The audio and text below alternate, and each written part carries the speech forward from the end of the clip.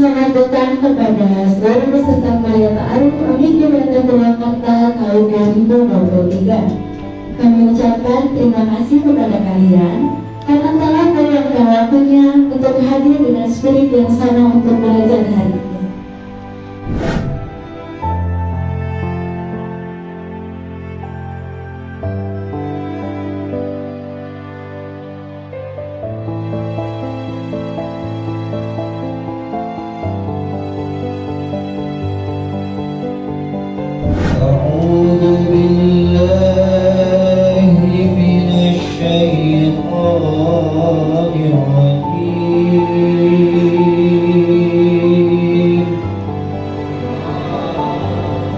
Bismillahirrahmanirrahim.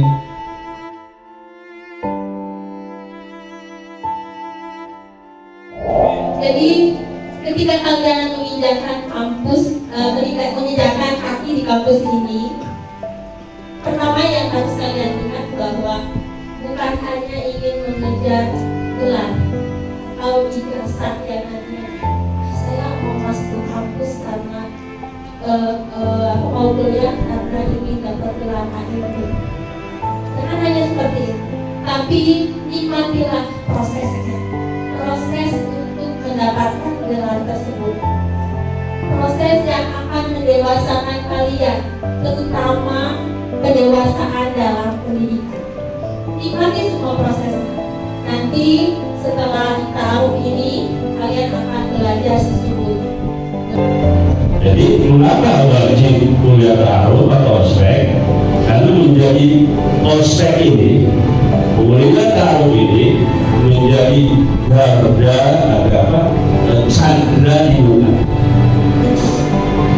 Jadi kalau kuliah ta'aruf saja tidak ikut, sudah disantrikan. Berarti niat kuliahnya kurang kuat. Hari ini saya sempatkan untuk memberikan motivasi bahwa kuliah ta'aruf itu harus diikuti dengan penuh tanggung jawab.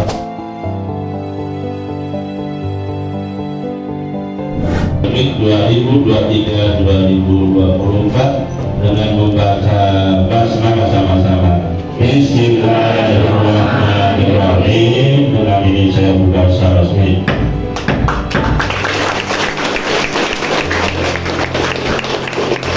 Kami persilahkan secara simbolis dua orang yang ini kami akan Iwan Ridwan.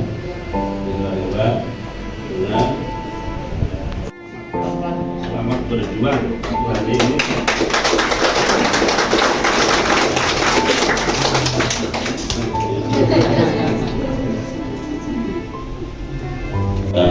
Tunjina biha jamil ahwali wal afat wa taqdilana biha jamil hajat.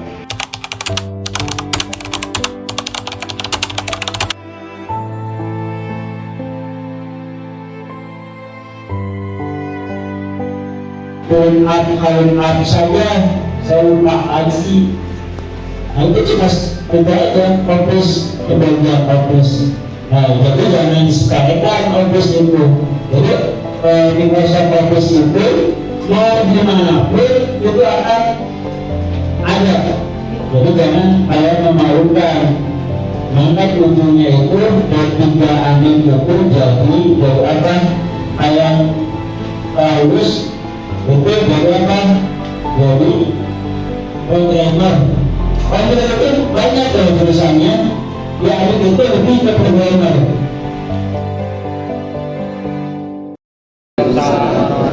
Perkenalkan, nama saya Ayu Bai'ah dari kelas karyawan.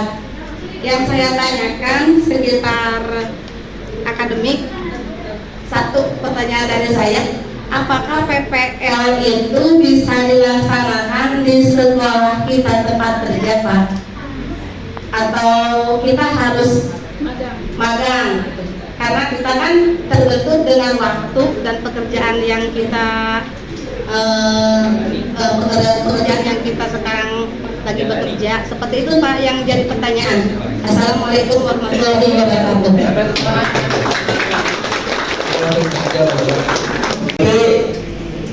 Karena tadi terbentur dengan pekerjaan itu boleh saja di tempat kerja, tapi diusahakan itu berbeda tugasnya.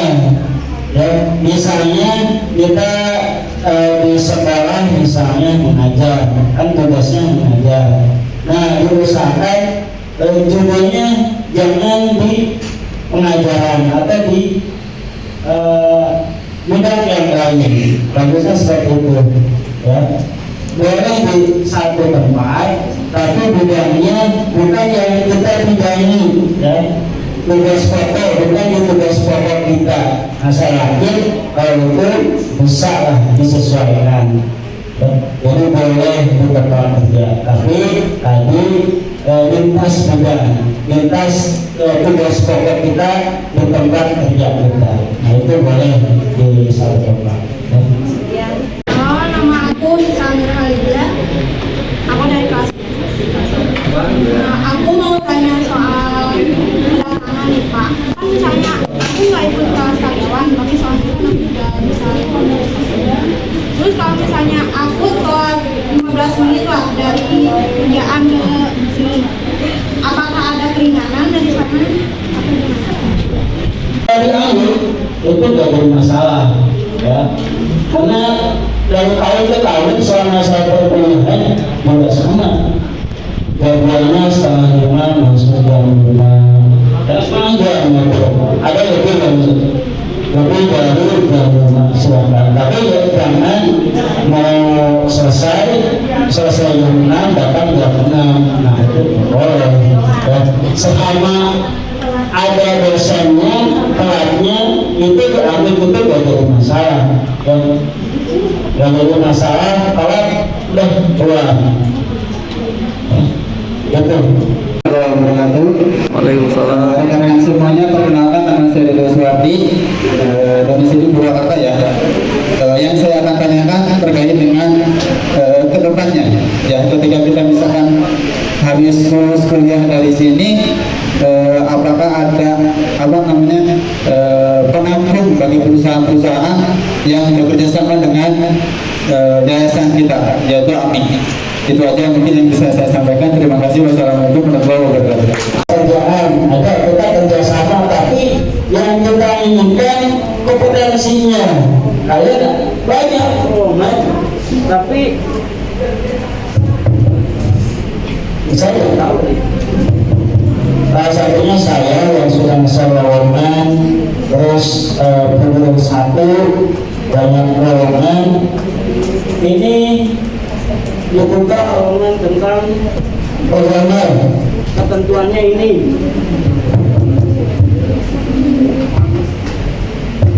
Ketentuannya misalnya IPK-nya 5,3,0, menguasai Wordpress, memahami bahasa pemrograman, dan betul menjelaskan database-nya ini, programannya ini harus kalian kuasai. Itu ada ya.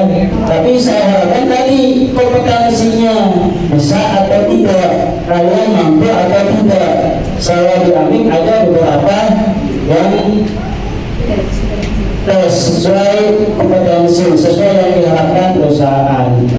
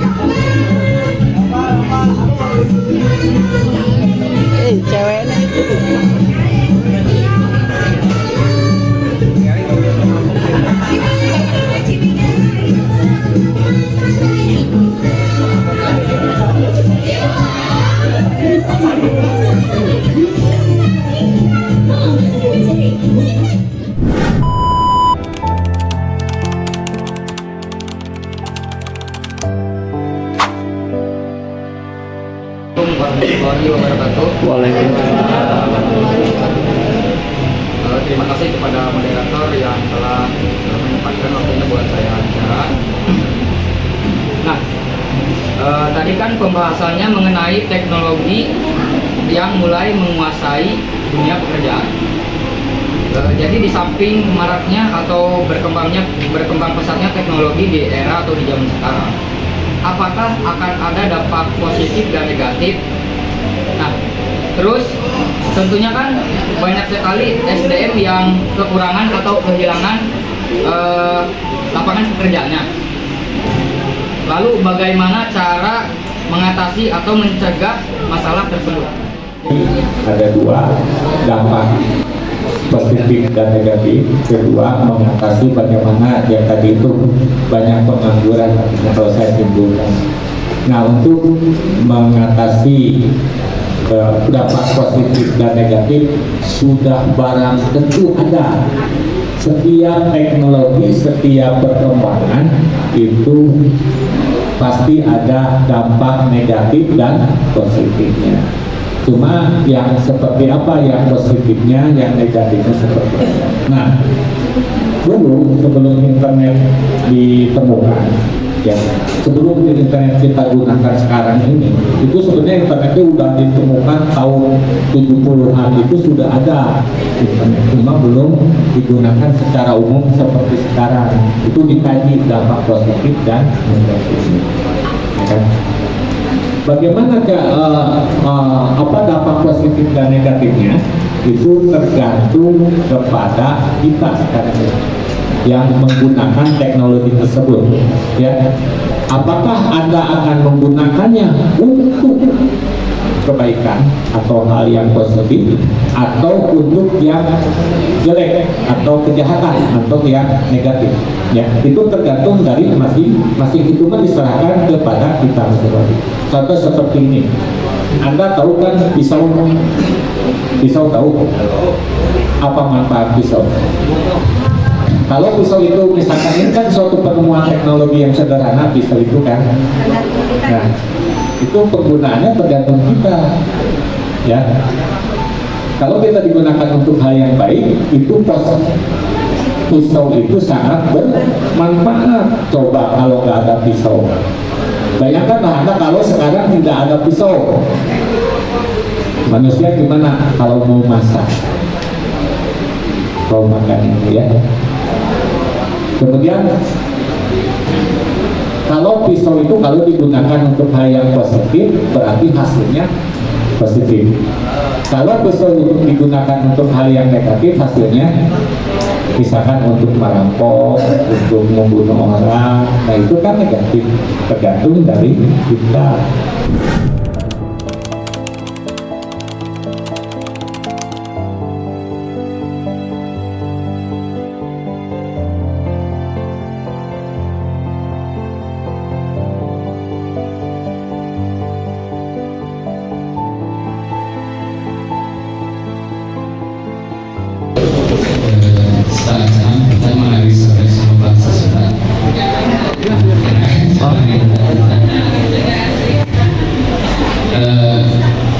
Menjadi memanfaat layanan kami di Karawang, karena di pesantren di ujian jauh. Pertanyaan, sebenarnya ibu, gimana cara membedakan suap sama suap? Misal, hutan bisa tadi sebagai anggota dewan, dongkap ke bumi, nyalakan atas hutan ima kanggo meser keuangan. Tapi lagi nyarios, tapi tidak dipilih apa ya?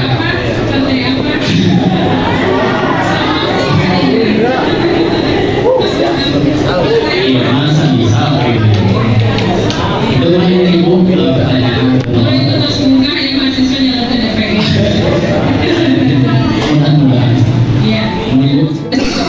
Ikhlas saja, jangan ada imbalan saya ingin jadi ini, gitu kan? Misalkan ke atasan, ke gubernur, hayo silaturahmi karena ingin dijadikan pejabat tinggi, misalkan dalam legislatif, karena yang berkewenangan adalah sentralisasi dari pusat. Ternyata di sini karena ingin menjadi kedudukan. Pak, saya titip uang ingin menduduki jabatan ini.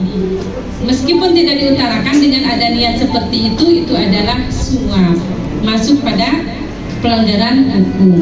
Tapi kalau kalau saya punya rezeki, ini sedekah saja, misalkan untuk pesantren Bapak, silakan dipergunakan, ada dana misalkan 500 juta, saya ikhlas, tabungan saya di akhir, silakan. Itu bedanya seperti itu, ya. Tidak ada embel-embel nak, katakanlah gitu ya. Iya itu, tidak ada apalagi ijab kabul. Kan bisa dilihat kejadiannya jadi stres ya.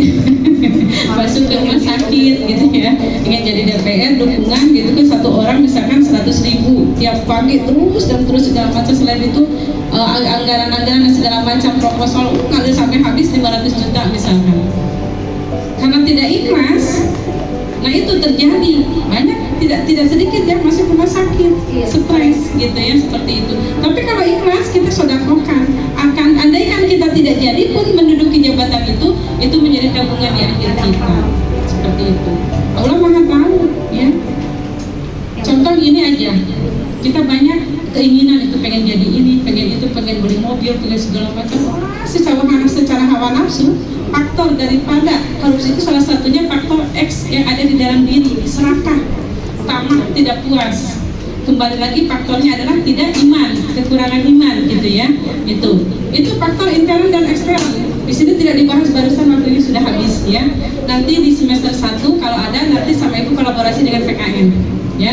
Insya Allah Ibu disuruh ngajar lagi di sini sama Ibu Jodin nanti di semester 1 ya, PPKN-nya. Tentang takjim kepada guru yang saya alami, emang saya punya ini Bu, punya sekarang kan etika anak itu terhadap guru udah ini ya Bu ya, dibandingkan dengan yang lain kita merasa khawatir. Kadang anak itu ke kita, ke guru itu seperti dengan teman, dari tata cara bicara, dari ini. Bukannya kita mau ada batasan ya Bu ya. Ada pengalaman, itu ada anak saya yang takjim banget terhadap kita guru. Beliau dia sekarang sudah sukses Bu. Saya aja sampai merinding melihat anak saya, dia udah menjadi seorang dosen, udah S2 dosen. Tapi ketika ketemu sama kita, dia masih takjimnya ya Allah luar biasa. Benar, takjim terhadap guru itu, keberkahan itu yang kita cari. Benar itu. Kerasa sama Ibu, anak yang takjim ke kita sama yang tidak, itu keberkahan hidupnya itu luar biasa. Sampai sekarang anak itu mungkin pernah mendengar Bapak Saiful Mukti Ibu. Saiful Mukti yang dosen STI Mutakin, itu salah satu murid saya, luar biasa takjimnya terhadap guru. Saya sampai merinding kalau dengar dia ininya ya, melejit ini. Subhanallah, itu anak saya sampai berhasil. Saya nggak menyangka itu anak sampai tahu anaknya, tahu keluarganya, tapi takjim terhadap guru, terhadap orang tua, mamahnya itu, masya Allah luar biasa. Keberkahan sudah dia raih. Makanya kita benar-benar hormati guru, karena guru itu adalah orang tua kita kedua. Banyak keberkahan yang akan kita alami, kita dapatkan ketika kita menghargai seorang guru. Jangan sampai kita mah udah sukses, itu mah mantan guru kita. Jangan sampai pernah ada kata-kata mantan guru, tidak ada kata-kata mantan. Supaya kita meraih keberkahan, keberhasilan, kita mau bekerja di manapun. Itu mungkin itu salah satu ungkapan saya tentang takjim terhadap guru. Sebenarnya saya pas Ibu bilang 10 menit lagi, kok sebentar lagi gitu kan. Saya merasa, jujur Bu, saya kalau mendengar pelajaran PKN korupsi, itu yang di otak saya pasal-pasal gitu ya Bu ya, undang-undang, nggak hafal kan. Tapi setelah Ibu ini dengan yang tentang hadis, tentang agama, jadi membuka, oh ternyata kalau sudah digabungkan itu pelajaran tentang anti korupsi itu tidak membosankan. Saya itu pelajaran PKN itu di otak saya dulu waktu sekolah itu hafalan pasal-pasal, undang-undang, rumet gitu. Ternyata sesudah digabungkan dengan itu menarik juga. Makanya pas Ibu bilang 10 menit lagi, loh kok sebentar Bu gitu kan. Iya. Mungkin Bu, itu pengalaman saya tentang takjil terhadap grup. Hatur nuhun Bu. Assalamualaikum warahmatullahi wabarakatuh. Kalau misalkan kita tidak ada niat seperti itu, ikhlas mengalir saja, katakanlah contoh ibu berzikir saja, walaupun banyak keinginan, ibu tidak bilang ke Allah, ya Allah saya pengen ini, pengen ini, pengen ini, kita zikir saja, Allah maha tahu, zikir aja, hasbunallah wa ni'mal wakil, hasbunallah wa ni'mal wakil, tiada penolong selain Allah adalah Allah, gitu kan, hasbunallah wa ni'mal wakil, terus banyakin istighfar. Ibu tidak pernah meminta, katakanlah minta anak soleh, minta ini, minta beli mobil, ikhlas saja mengalir. Walaupun honor tidak sebesar anggota DPR, itu. Tapi Allah memenuhi salah satunya sedikit demi sedikit berangsur, karena tahu apa yang dibutuhkan dia itu. Ya, makanya banyak sekali para ajengan, para kiai itu yang masyhur lebih dari para PNS. Ya, mereka punya pesantren luar biasa. PNS yang gede hutang, tutup lubang galing lubang. Itu banyak cerita karena keluarga ibu hampir semua PNS ya. Yang paling besar jabatan kepala inilah, kepala itu PNS, tapi mereka lihatnya pusing lebih dari ibu gitu. Tapi ibu dicicing di pesantren, lubang ibu belum ada hari dibikenan ke batur gitu kan. Nah itu berkahnya dari sisi agama yang kita jalani. Kita mah jangan banyak hal. Kenapa banyak kiai yang masyhur, kiai yang ini ibu bocorkan saja. Mereka itu tidak banyak minta, dikir saja. Dikir dengan minta kepada Allah, Allah maha tahu nanti akan memberikan, tidak akan sekaligus tapi dengan sabar satu persatu itu ya. Tifikasi Bu. Iya, terima kasih ya. Ya. Dan tidak sedikit suap menyuapnya itu 500 juta, uang kopi lah 100 juta, mana ada gitu ya. Ada juga uang kopi paling 20.000, 5.000 gitu ya. Ini berbeda. Bagaimana cara mencegahnya?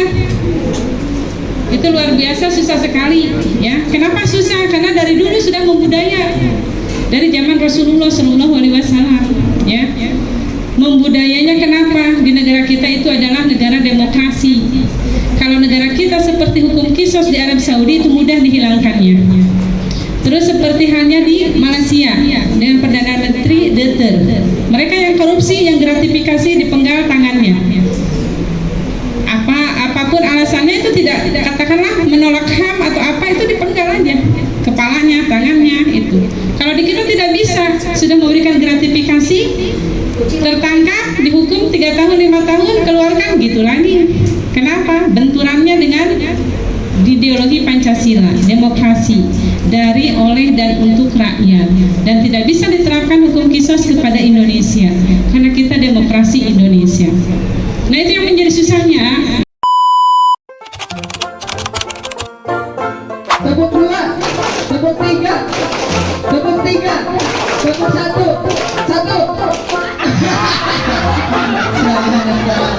Harapan saya, mana harapan saya? Yang belakang ada salah nggak? Kita ambil dulu 1. Lanjut lagi, salah dia. Oke, yang merasa salah ke depan ya. Lanjut lagi ya, ini baru ada kandidat 3 orang nih yang salah. Ikutin arahan saya lagi. Fokus semuanya, fokus yuk. Tepuk 1, tepuk 2, tepuk 1, tepuk 1, tepuk 1, tepuk 3. Mana coba tarik keluar, tarik di sini. Coba kesini maju yang salah, silahkan. Tarik teteh panitia. Tepuk 2, tepuk 2, tepuk 2, 1. Tepuk 2.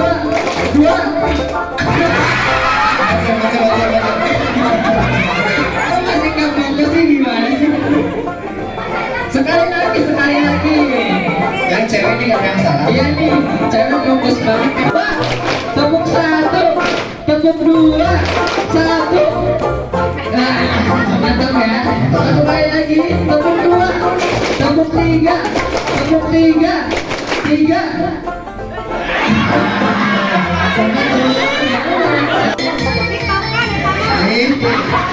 Mana jalan-jalan?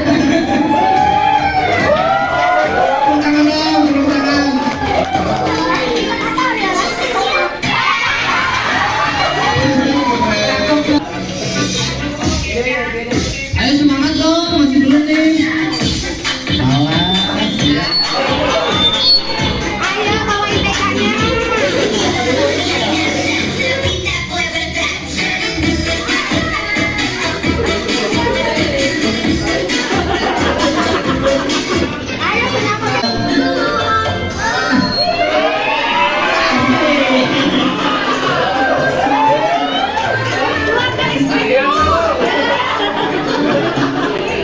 kelihatan tuh kamu nih dia emang ya.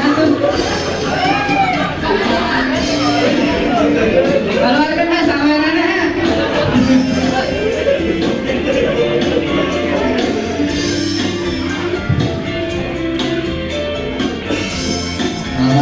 Semangat.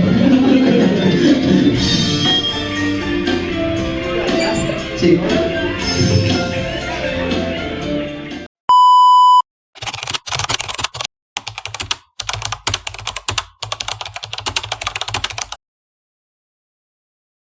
Semangat pagi. Bela negara, wawasan kebangsaan dan anti radikalisme. Ya, ini sebetulnya materi yang sudah Anda dapatkan sejak Anda duduk di Saya tadi ingin menanyakan sesuatu tentang hal radikalisme kalau pemahaman seperti kita itu memakai fanatisme atau bahasa Indonesia. Nah, radikalisme itu dibentuk itu dari suatu kelompok yang ingin menginginkan suatu perubahan, itu disebut radikal. Kenapa dia aktivis kekerasan? Itu dikarenakan ingin suatu perubahan. Seperti halnya adalah Orde Baru, yaitu pernah itu terjadi saat reformasi. Itu disebut radikal. Itu kan radikalisme. Suatu perubahan.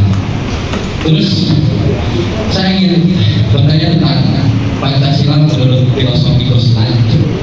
Itu filosofi Goslan. Menurut Bapak, apakah suatu nilai-nilai Pancasila itu bisa kita terapkan melalui filosofi Goslan?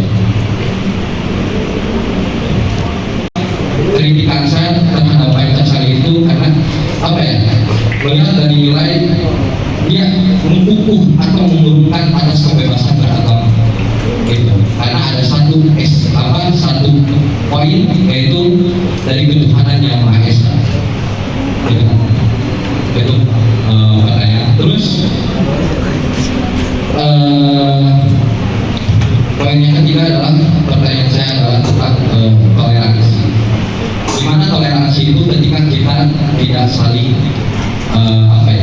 tidak saling ikut campur, ada intervensi dalam suatu agama.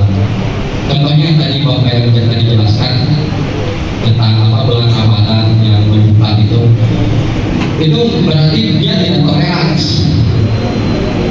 Karena toleransi itu adalah ketika satu agama tidak ikut campur dengan agama yang lain. Itu toleransi.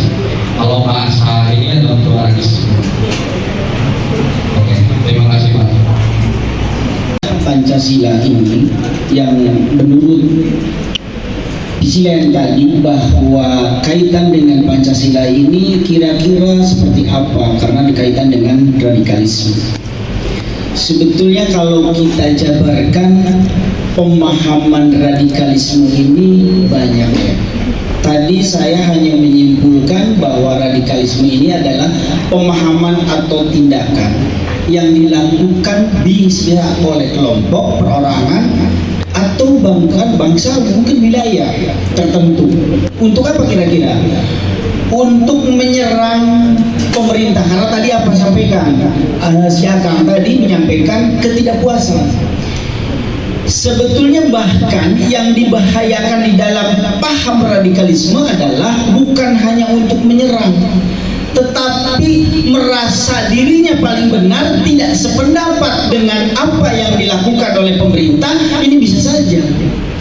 Jadi radikalisme itu yang dikhawatirkan adalah perbedaan pemahaman, hanya gara-gara beda pemahaman sehingga itu menjadi radikalisme. Misalnya begini, ini di kita saja ya, pemahaman kita itu sepertinya harus A, tapi ternyata pemerintah bukan A, pemahamannya B, sehingga karena tidak sepaham, beda paham, maka kita menyerang.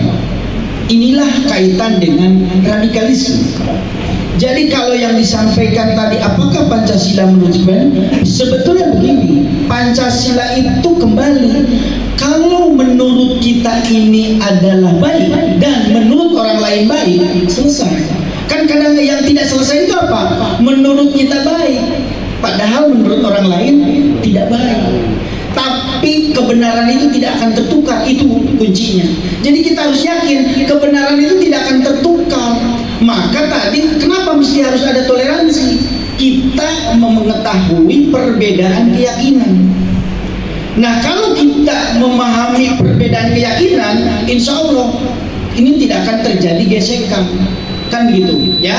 Ini mohon maaf contoh, ada gereja, ada masyarakat mau mendirikan gereja, kemarin ribut, pernah dengar nggak?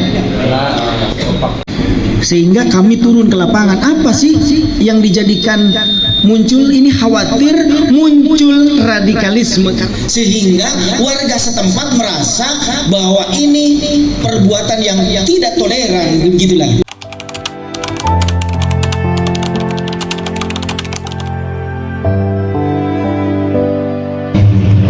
Waalaikumsalam.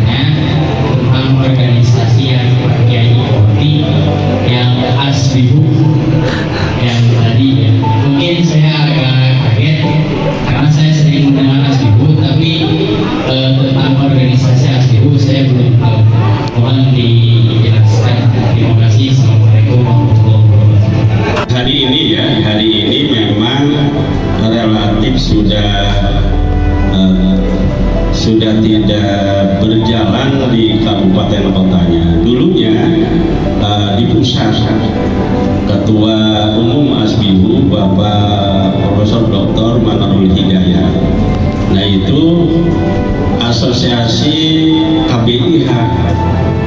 Jadi Persatuan Perunan Kelompok Bimbingan Ibadah Haji yang sekarang, kalau dulu kan masih belum ada umrohnya, sekarang udah undang-undang KBIH sudah punya kewenangan membimbing untuk umroh juga. Jadi menjadi KBIHU ada umrohnya ya, karena itu sudah undang-undang, itu sudah masuk resmi menjadi pembimbing kelompok bimbingan ibadah haji dan umroh.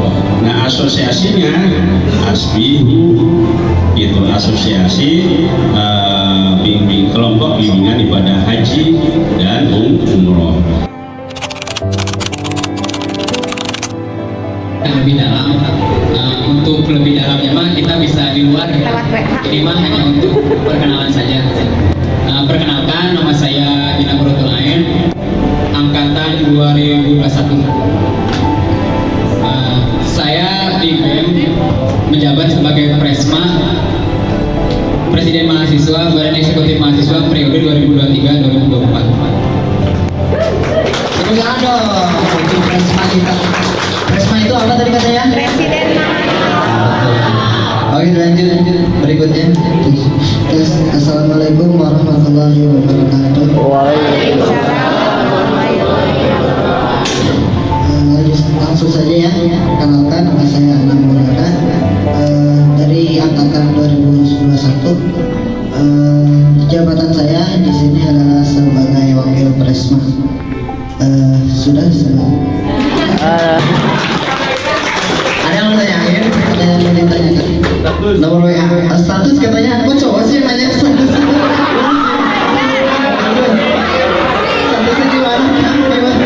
Lu udah tahu gitu.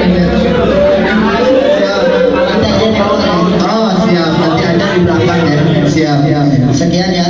Terima kasih. Assalamualaikum warahmatullahi wabarakatuh. Untuk Kang Gina gimana statusnya Kang Gina Presma kita? Lanjut aja. Siap. Secret ya. Assalamualaikum warahmatullahi wabarakatuh. Ya, perkenalkan, nama saya Dina Riandika. Saya juga angkatan 2021 ya, semester 5 sekarang dari AMI GPT Purwakarta, dan menjadi menjabat sebagai Sekretaris Umum Badan Eksekutif Mahasiswa. Terima kasih. Ada yang mau tanyakan? Satu nomor WA. Nanti di belakang ya. Dilanjut. Oke. Assalamualaikum warahmatullahi wabarakatuh.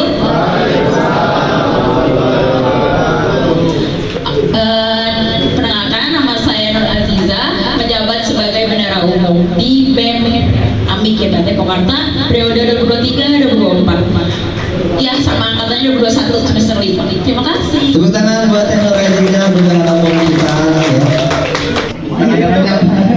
Tangan kalungan. Saya yang dalam naungan akademik intinya mas seperti itu. Dan terstruktur kan? Iya, tentu saja pasti terstruktur. Itu teh kan punten. Tahapan pemilihannya seperti apa? Jadi biar melek sedikit gitu kan. Presiden mahasiswa itu teman-teman pastinya melalui beberapa tahapan.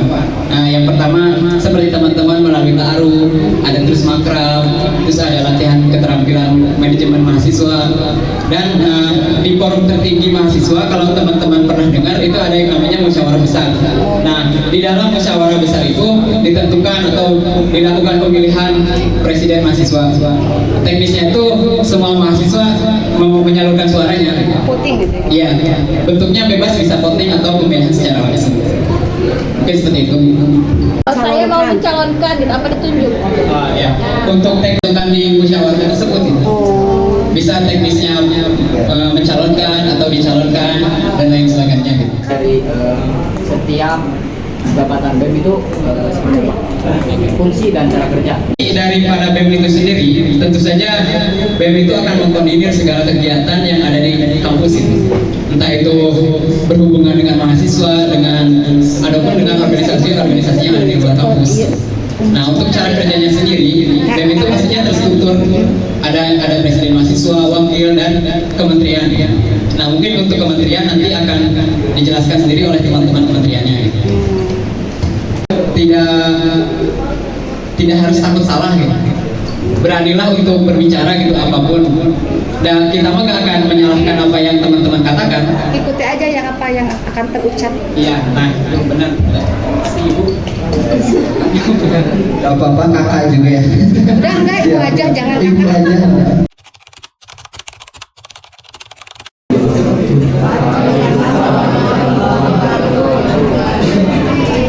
Maaf ya, lagi saya juga agak sedikit deg-degan gitu ya, karena tadi penyambutannya luar biasa meriah. Tepuk tangan dong semuanya. Keren sekali ya. Tahun ini. Di kami dari Kementerian Dalam Negeri mempunyai salah satu tupoksi. Yang pertama mengadakan makrab ya. Kan sekarang banyak yang nanyain makrab kapan. Insya Allah kita bicarakan. Kemudian kami mengadakan seminar. Ya. Maaf juga nih, tangan saya ada tremor sedikit ya. Maaf ya. Itu aja mungkin program dari kami. Dan ini staf saya. Assalamualaikum warahmatullahi wabarakatuh. Izin memperkenalkan diri, nama saya Aulia Al-Salefi Al-Shifa. Saya di sini sebagai staf Menteri Dalam Negeri. Terima kasih. Siapa namanya tadi? Oke, lanjut siap. Assalamualaikum warahmatullahi wabarakatuh. Izin memperkenalkan diri, nama saya Delia Melani Putri. Saya di sini sebagai staf Kementerian Dalam Negeri. Terima kasih. Siapa namanya tadi?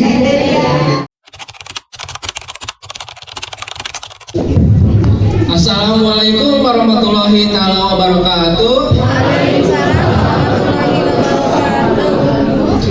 Izin memperkenalkan diri ya. Perkenalkan, nama saya R. Farisa Sibaladiki dari semester 3. Saya di sini menjabat sebagai Ketua Menteri Luar Negeri. Dan di sini ada jajaran staf saya. Saya Syarifat Rahman dari angkatan 12 semester 3. Saya Intan Herliati, semester 3 sebagai staf Menteri Luar Negeri. Sudah tahu namanya? Sudah siap? Sudah tahu namanya? Yang ini siapa? Siapa tadi ketua kementeriannya? Siapa? Kang Faris. Yang stafnya yang kedua ada siapa? Siapa namanya? Kang Irsyad. Yang ketiga juga ada staf. Siapa namanya tadi? Cukup jelas ya namanya. Ada yang lain yang mau ditanyakan? Status atau nomor mungkin? Siapa? Oh, bertanya, silakan. Kasih prospek kerjanya menteri luar negeri itu. Aspek pertama yang sekarang akan saya laksanakan, yang pertama saya ingin menjalin hubungan antar kampus se-Purwakarta. Itu yang pertama. Dan saya ingin menjalin hubungan dengan kepemerintahan yang di Kabupaten Purwakarta juga, agar memudahkan AMIK untuk acara keluar seperti itu. Untuk sekarang, terima kasih. Warahmatullahi wabarakatuh. Sebelumnya izin memperkenalkan diri, nama saya Dea Arni Herianti dari semester 3. Saya di sini menjabat sebagai Menteri Olahraga. Assalamualaikum warahmatullahi wabarakatuh. Perkenalkan, nama saya Agam Malwarido. Saya hadir dari semester 3. Kebetulan saya sebagai staf nyari. Aman. Grogi Mas. Kementerian Olahraga ya. Lanjut. Assalamualaikum warahmatullahi wabarakatuh. Perkenalkan, nama saya Muhammad Rizky Saputra sebagai sebagai stafnya dari Menteri Olahraga. Angkatan berapa? Oh iya, angkatan dari semester 3. Ini dong beri. Sapa dong teman-teman yang di belakang. Assalamualaikum, halo guys. Jangan ke depan aja. Lagi tuh baru jangan malu-malu ya, harus aktif ya. Assalamualaikum warahmatullahi wabarakatuh. Ingin memperkenalkan diri, nama saya Muhammad Haji Bagdi. Saya ingin bertanya di sini, Menteri Olahraga itu kerjanya ngapain aja?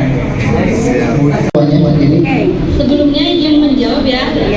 Mungkin di sini saya akan ngasih tahunya cuma beberapa aja. Jadi diantaranya kayak mengatur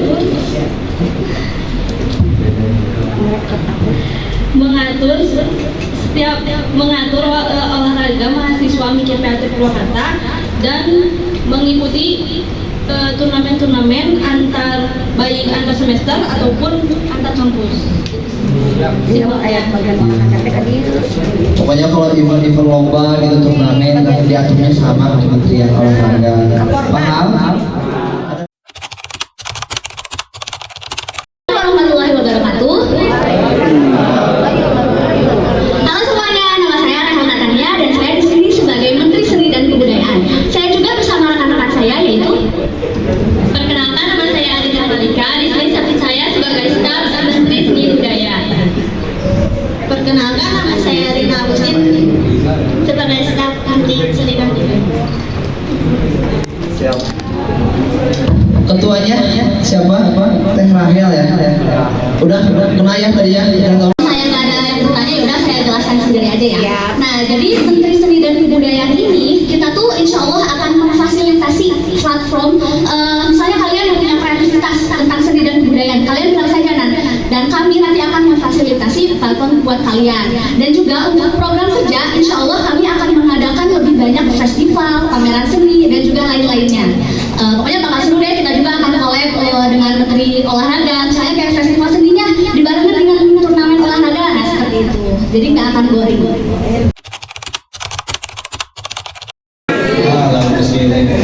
Assalamualaikum warahmatullahi wabarakatuh. Izin memperkenalkan diri, nama saya Hamdani dari semester 3. Saya menjabat sebagai Ketua Menteri Keagamaan di Kabinet Nirwana.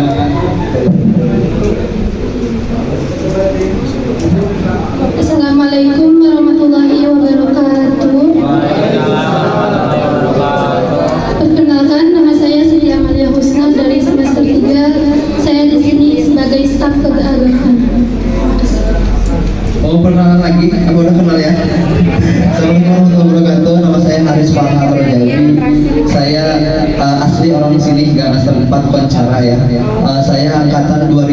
1, sekarang semester 5 ya. Periode PM 2023-2024. IG-nya Haris Farhan, TikTok-nya Farhan terjadi 99. Jangan lupa di follow ya. Sekalian promo ya. Ada yang ingin ditanyakan nggak ke Menteri Keagamaan? Boleh deh, silakan. Boleh, itu yang macam Di keagamaan ada kegiatan apa saja? sebelumnya namanya siapa nih? Susilawati. Besar Islam seperti Muluda Kerajaan itu kita yang jadi tanggung jawabnya Menteri Keagamaan. Ya gitu. Jadi program finalnya itu, dan yang ada lagi yang lainnya yaitu berkoordinasi dengan kesenian, dengan Menteri Kesenian, khususnya seni hadroh. Tahu hadroh? Hadroh. Nah itu. Mungkin insya Allah kedepannya juga nanti mengadakan pesantren Ramadan, insya Allah akan diadakan. Sebelumnya belum, insya Allah tahun sekarang bakal diadakan. Cukup jelas SMC?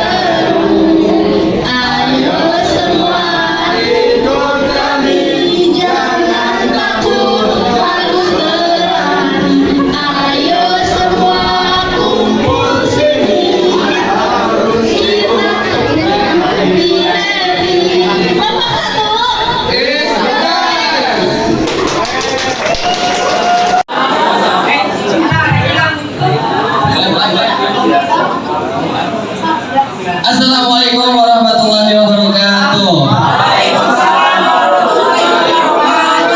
Sebelumnya perkenalkan, kami dari kelompok 4 dan kami juga menamai kelompok 4 ini dengan nama Kimeri. Siap? Langsung aja kayak siapa kita? Siapa kita?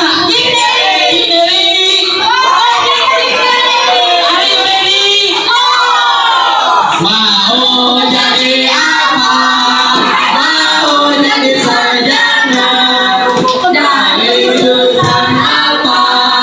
Manajemen informatika.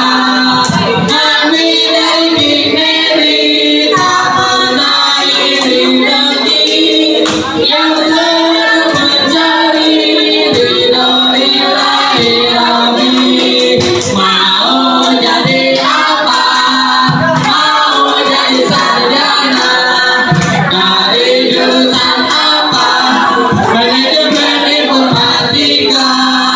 Kami dari Kimeri, tak pernah iri hati yang sedang mencari ridho ilahi Rabbi.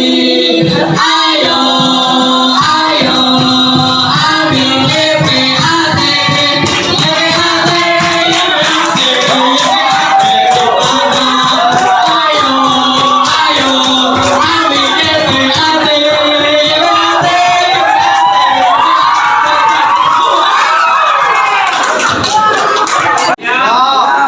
Siap.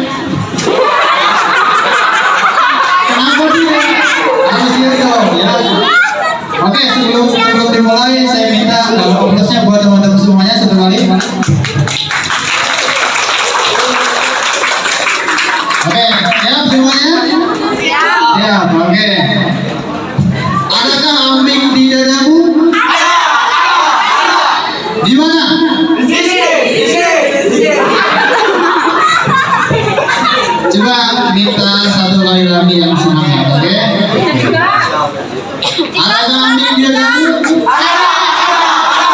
Di mana? Di sini. Di hati. Oke. Gemas. Oke, selanjutnya kita menyanyikan dia kita ya. Oke, 1, 2, 3. Ku mahasiswa jaga, ku mahasiswa ceria. Jangan kau ragukanku tentang IQ-ku. Hidup tingkat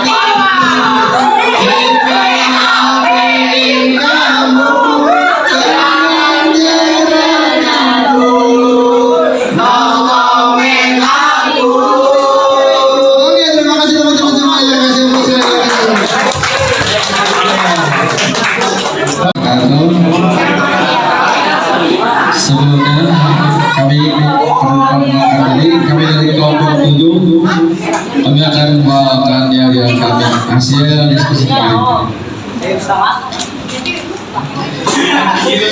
Siapa kita? Siapa kita? 1, 2, 3. Kami kelompok 7 siap untuk jadi mahasiswa sejati. Bebaskan langkah bersama kami untuk ikut ta'aruf ini. Semangatlah dan terus berjuang, walau rintangan selalu datang. Bersamalah kita pasti bisa menjadi yang terbaik di kampus ini. Siapa kita? Siapa kita? Kelompok 7. Ambil kita jaya, jaya, jaya.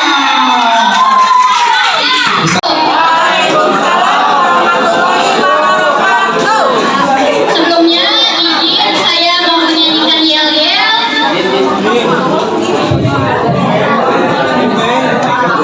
Very good, very well.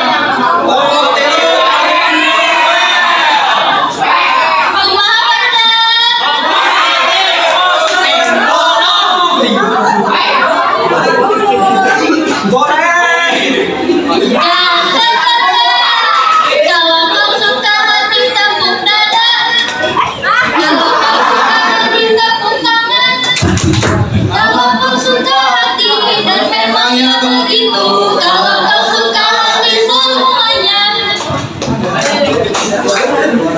Semangat apapun itu rintangannya, kita jalani dengan gembira.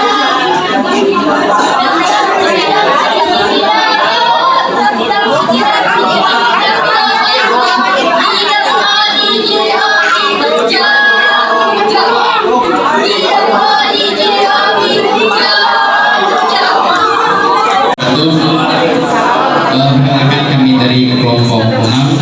Sebelumnya mohon maaf, bukan copy paste atau baru yang tadi ya mungkin ada sedikit sama di kelompok 3. Jadi puntennya sendiri mungkin kira-kira sama-sama kanggo jadi di kumaha barudak?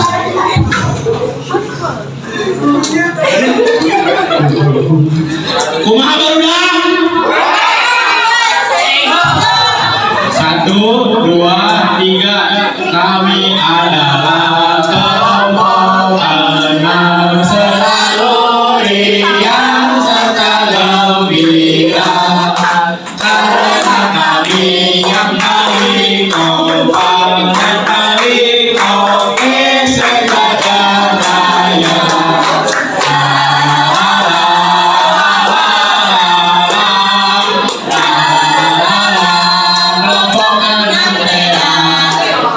Kelompok 6 bisa, pasti bisa, kudu bisa.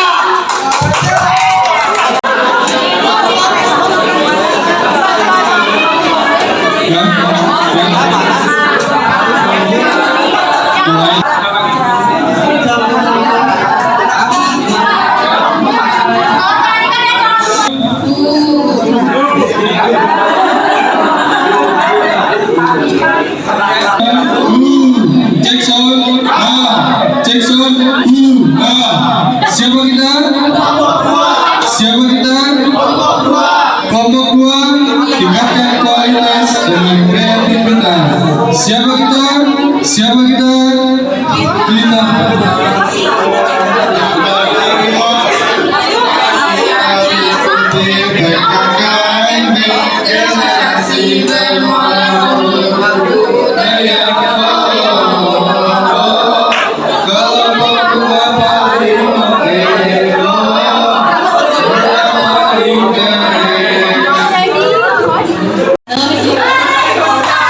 Kami dari kelompok 9, maaf, ini ada yang sama liriknya pas nadanya. Tapi kami ini buat pas begitu dibagi kelompok kita langsung spontan bikin. Kelompok 9 masih semangat?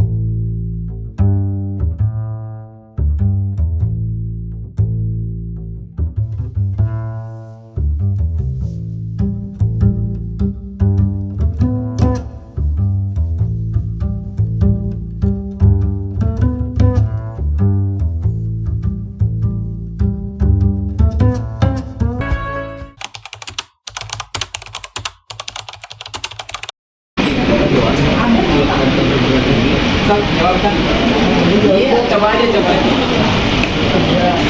3 di mana 3 ketentuan ini atau 3 dasar ini yang menjadi sumber atau yang menjadi patokan agar mahasiswa itu dipandang oleh masyarakat gitu. Ada yang tahu isinya kan tadi betul kata Kang Bahan ada 3 katanya. Yang pertama itu ada yang tahu? Pendidikan. Oke, betul. Yang pertama itu pendidikan. Tadi siapa yang kejawab? Tadi mah gitu. Keroyokan masih keroyokan ya. Belum sendiri gitu. Ya, sok teteh itu pendidikan. Pembelajaran secara formal. Oke, ada lagi nggak? Pendidikan, teman-teman, pengertian pendidikan. Ketika kita membahas pendidikan itu adalah usaha atau proses pembelajaran untuk mendapatkan suasana belajar yang kondusif agar terciptanya insan yang berakhlak mulia, ya, berintelektual dan berguna atau bermanfaat untuk masyarakat, bangsa dan agama. Tadi sudah menemukan bahwasanya dasar yang pertama itu kita harus belajar, kita harus berpendidikan. Nah, yang kedua itu kita harus apa nih? Apa? Penelitian. Oke.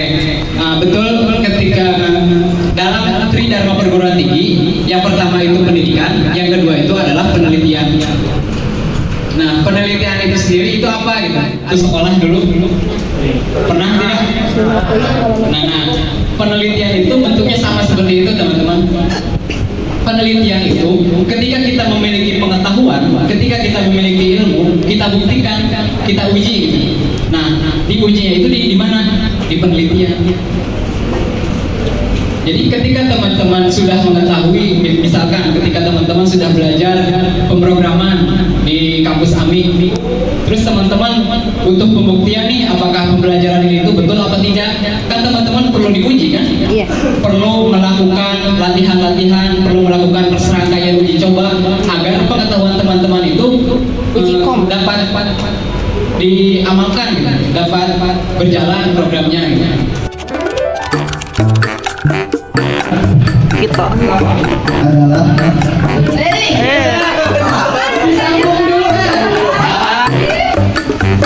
kita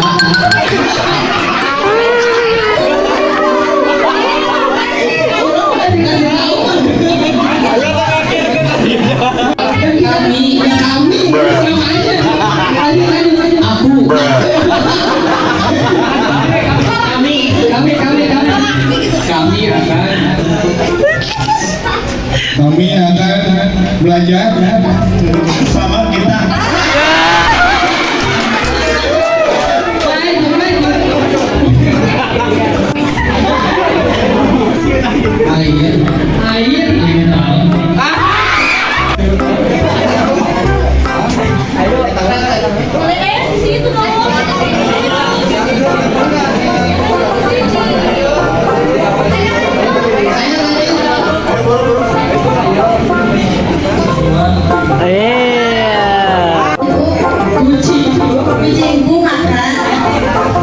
Kucingku makan ikan dan kucingku makan ikan dan teri.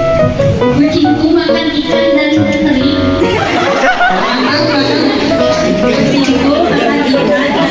lalu. Mantap ya, lanjut depan aja.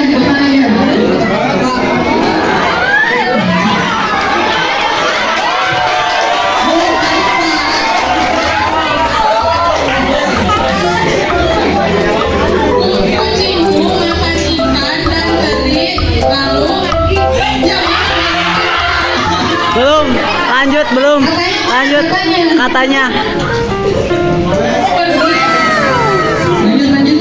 Kucingku makan ikan teri lalu. Salah.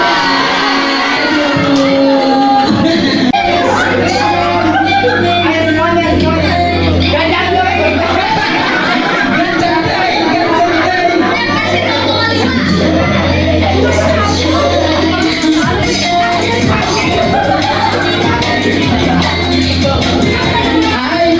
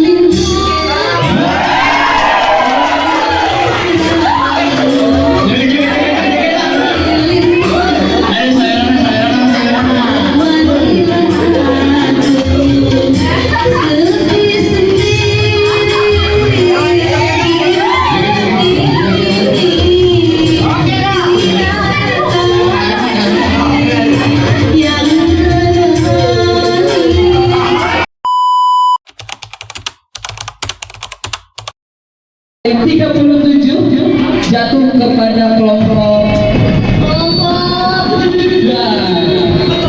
kelompok 5.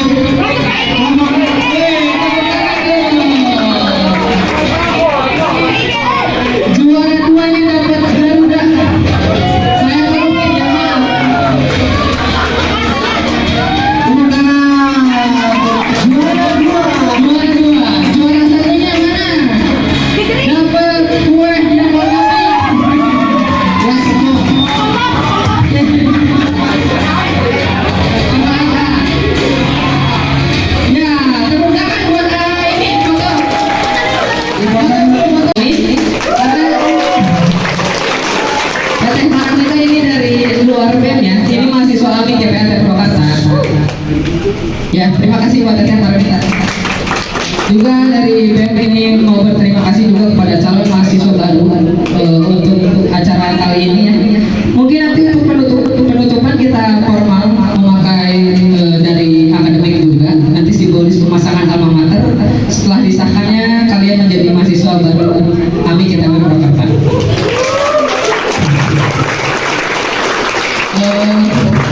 Tujuan dari saya membuat ketentuan bahwa kalian membawa kado under 10.000 itu untuk memberikan kepada para panitia yang ada di sini. Kalian sesuka hati kalian mau ngasih ke siapa silahkan. Mau ngasih ke Teteh Paramita Haris semuanya. Semuanya nggak apa-apa. Mau ke siapa sesuka hati kalian. Sesuai hati kalian mau ngasih ke siapa juga nggak apa-apa silahkan. Dan saya berterima kasih kepada kalian yang sudah antusias membuatkan kado tersebut untuk kami gitu. Terima kasih ya. Untuk konsepnya mau kayak gimana pengasihannya dari depan dulu kan? Mau kayak gimana bagusnya? Dari depan dulu ya. Sejajar. Silahkan mungkin dari depan dulu mulainya sekarang. Atau mungkin ada kata-kata dulu dari Presiden mahasiswa. Cukup dari saya melanjutkan. Terima kasih. Sebagai rek benar kayak kata-kata. Foto splash. Lanjut. Mungkin Pilih mana? Pak Aris. Mantap tepuk tangan. Silakan Hamdani, silakan mau ngasih ke siapa? Terima kasih. Silakan Teteh Kancel, jangan lupa dari ini Teteh Cici, silakan Teteh Paramita. Mungkin lanjut dari mana? Dari sini dulu. Kesini aja, spiral ya, dari situ. Terima kasih. Ya, ayo lanjut.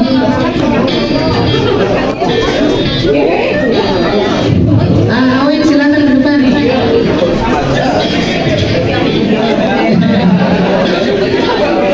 Silakan lanjut.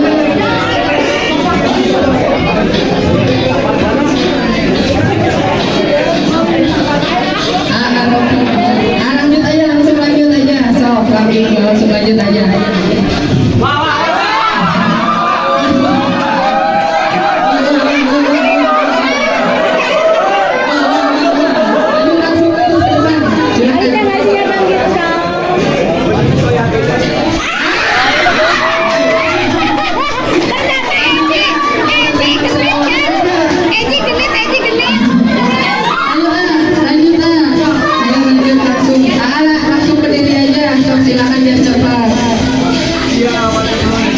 Langsung berdiri aja, silakan, nggak apa-apa.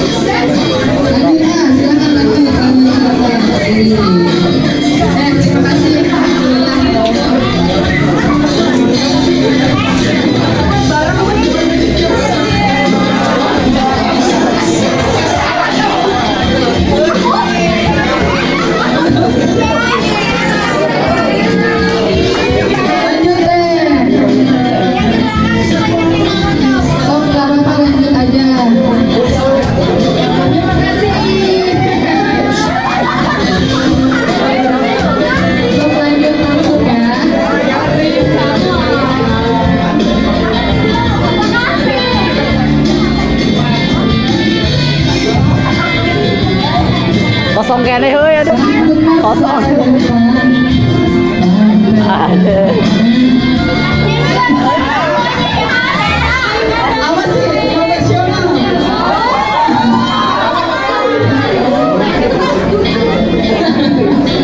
Lanjut deh. Apunten ya.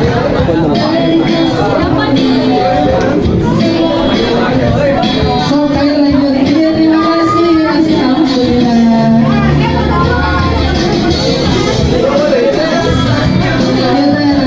Sambut masa depan. Aku pegang tangan.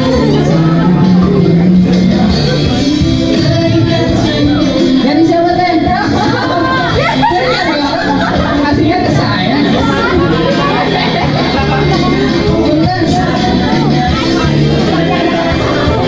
Ayo, so.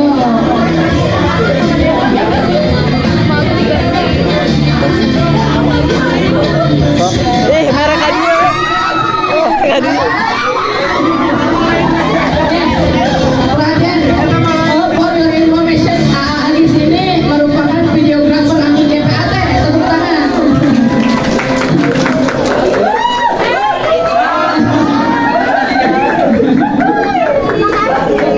Silakan. Lanjut aja.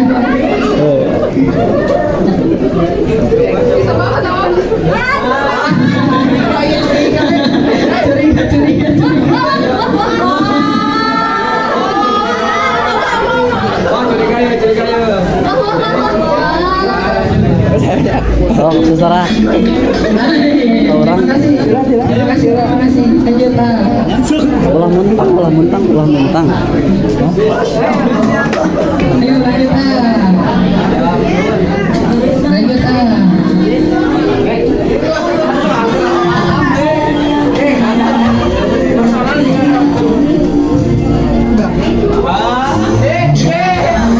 Terima kasih. Masih ada yang belum? Silakan.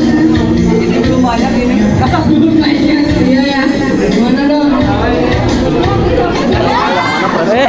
Tuh. Paras mana di luar? Resma di belakang. Ya.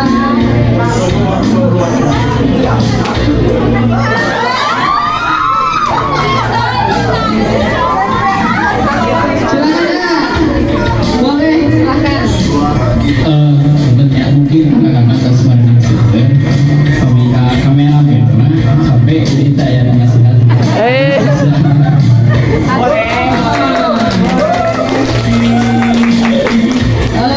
Udah semuanya ya? Mungkin sebagai penutupan dari Badan Eksekutif Mahasiswa, mungkin nanti masih ada acara lagi selain dari Badan Eksekutif Mahasiswa, itu acara formal dan akademik ya. Jadi untuk sekarang dari kami semua ingin berterima kasih kepada calon mahasiswa baru. Mungkin nanti kita ketemu lagi di kampus, bertemu lagi di perguruan tinggi akademik manajemen informatika dan komputer. Terima kasih buat semuanya. Hidup mahasiswa!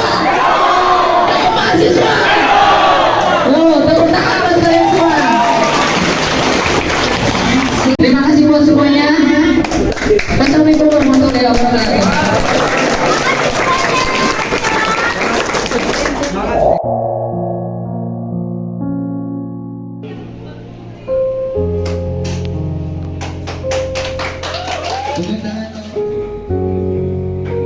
Sekali lagi tepuk tangan untuk kita semuanya selamat kepada Maba menjadi mahasiswa baru Ami GPAT Purwakarta angkatan 2023.